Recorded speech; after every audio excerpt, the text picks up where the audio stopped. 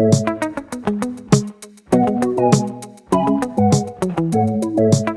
malfunctioning bike is just no fun, so here are the 3 most common mechanicals you'll suffer on the road and how to fix them. By far the most common failure on the road is a flat tyre, which occurs when your inner tube is pierced and the air in it escapes. This can be caused by foreign objects, poor tyre installation, or when you hit a big bump and the tube gets pinched between the tyre and the rim. The first thing you need to do is remove the offending wheel from the bike. Rear wheels can be tricky, so you'll need to shift the chain onto the smallest cog first, then pull the derailleur back and let the wheel fall out.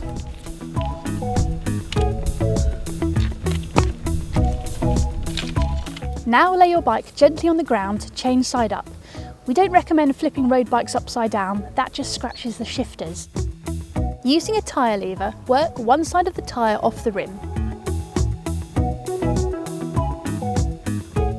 Next, pull the inner tube out, but don't throw it aside, lay it over the wheel and tyre in the same orientation it was fitted.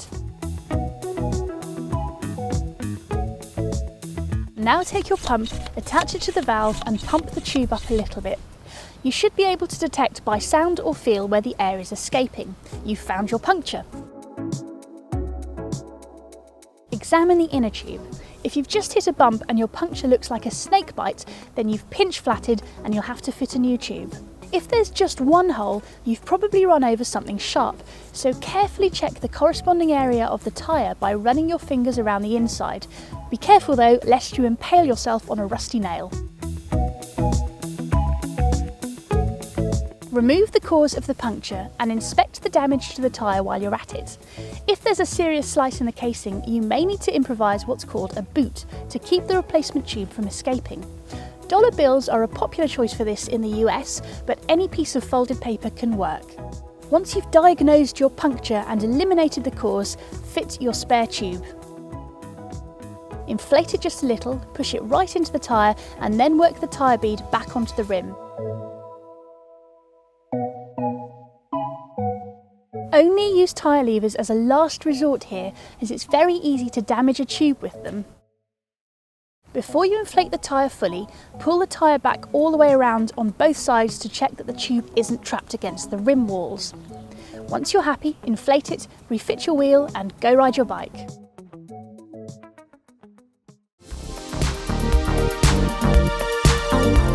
If your brakes feel spongy or seem to lack power and you have standard cable-operated rim brakes, first check that the quick release lever on the side of the caliper is in the closed position. Next, check if the wheel is centred in the frame or fork, and if it's not, undo the quick release skewer, reseat the wheel in the dropouts and do it up again. Now check if the brake is centred relative to the wheel. When you pull the brake lever, the brake pads should strike the rim symmetrically at exactly the same time. If they don't, recenter the brake caliper manually, loosening the nut that holds it in place if necessary and retightening it afterwards. If you only need to make a very small adjustment, most calipers have a centering screw you can turn with a screwdriver or Allen key. If the pads themselves are crooked, loosen their bolts slightly, pull the brake lever to hold them against the rim and then retighten.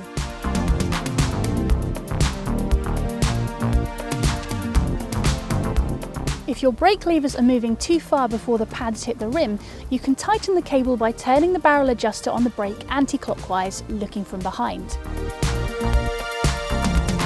If your brakes are really badly adjusted, you can undo the cable clamp with your multi-tool, pull the cable through and retighten.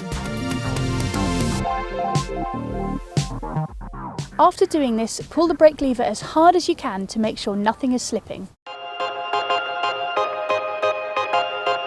A properly functioning derailleur system should shift consistently between all gears, and if it doesn't, something is amiss. Leaving aside the limit screws, which are set and forget, cable-operated systems do need occasional tension adjustment as the various parts settle into place. Sorting out your shifting can sometimes be as simple as a quick turn of a barrel adjuster. If your rear shifting doesn't seem right, click the shifter and keep turning the pedals until the chain is on the smallest cog.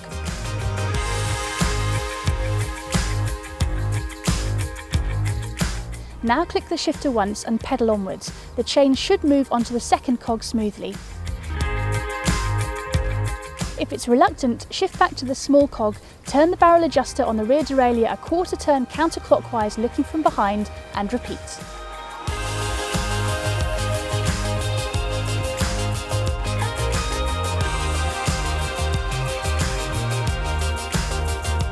Now try shifting to the middle of the cassette one gear at a time. If all is well, the jockey wheels, derailleur cage and cogs will align perfectly and the chain will move easily both up and down the cassette.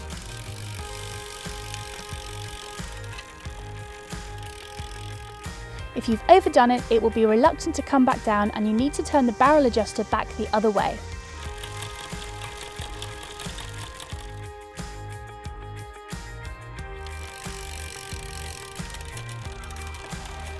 If no amount of adjustment will produce acceptable shifting, then your cables may need replacing, or your derailleur hanger, the metal arm to which the derailleur is bolted, may be bent. A very slight bend can be rectified with careful brutality from a multi-tool, but we don't recommend trying this out in the sticks. That's because the derailleur hanger is a sacrificial part and is designed to break under heavy pressure to protect your rear derailleur. If the hanger breaks when you're out and about, you're in trouble.